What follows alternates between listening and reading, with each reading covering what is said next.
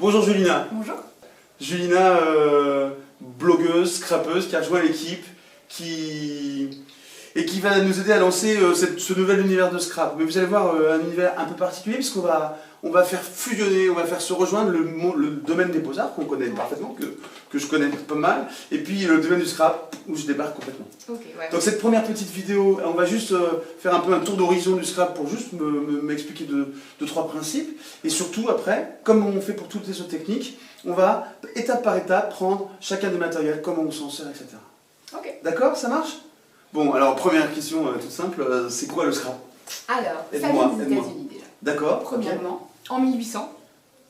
Donc quand même, ça fait un petit bout de temps que ça existe. D'accord, moi je croyais que ça faisait, tu vois, j'aurais dit 20 ans aux États-Unis et puis 10 ans en France, non, pas du tout.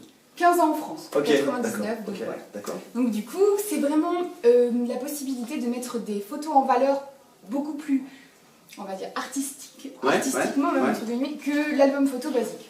Ça, moi j'ai ça en tête, ok. Donc voilà. Et scrap, ça veut dire quoi? Petits bouts, petits morceaux, plein de petites choses qu'on va accumuler. Des poupouilles. Voilà. Ok, ça marche. C'est le mot. D'accord, ça marche. C'est des poupouilles. Ok, scrap, booking, et booking par rapport à une photo? Livre. Donc, parce qu'à la base, voilà, on a un album photo, un bouquin. D'accord, Donc ok, voilà. ça marche. Donc, qui fait qu'on va pouvoir mettre plein de petits bouts de choses, et la photo sera beaucoup plus mise en valeur. Aujourd'hui. Ok. Et ça a évolué dans le temps, j'imagine depuis 1800 on fait pas la même chose? Complètement. Et même récemment, il y a des évolutions?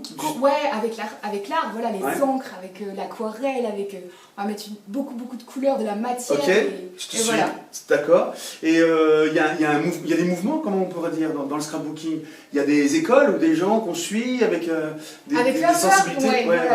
En fait, on les appelle des artistes. Pour moi, c'est vraiment des artistes, des blogueuses, artistes qui ont en fait fait évoluer le scrap énormément parce que justement en postant des pages sur le web a permis à toutes les scrapeuses de pouvoir communiquer entre elles et pouvoir échanger énormément. C'est un monde de communauté quand même pas mal. Hein. Et puis c'est beaucoup de partage. Vraiment, cool, vraiment. Très bien, ça marche, c'est très bien, c'est raccord, ça va très bien.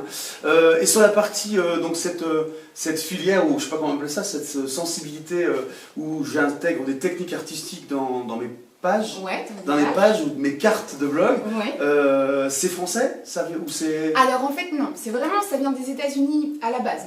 C'est vraiment les Américains qui ont créé ça. Mais par contre, en fait, il y a une Française qui a vécu à Boston pendant 3 ans qui s'est dit faut que je fasse quelque chose, faut que je ramène ça en France. Et quand elle est rentrée, elle a monté son truc et là ça a fait un carton.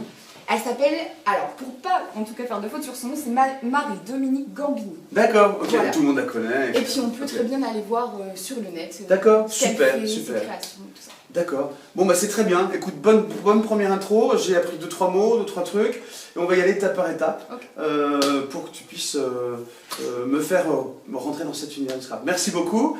À la fin, bien sûr, vous trouvez toutes les coordonnées. Et puis au fur et à mesure des vidéos, vous verrez, dès qu'on présente un matériel, vous aurez la description détaillée derrière. Merci Julina, c'est parti. C'est bon.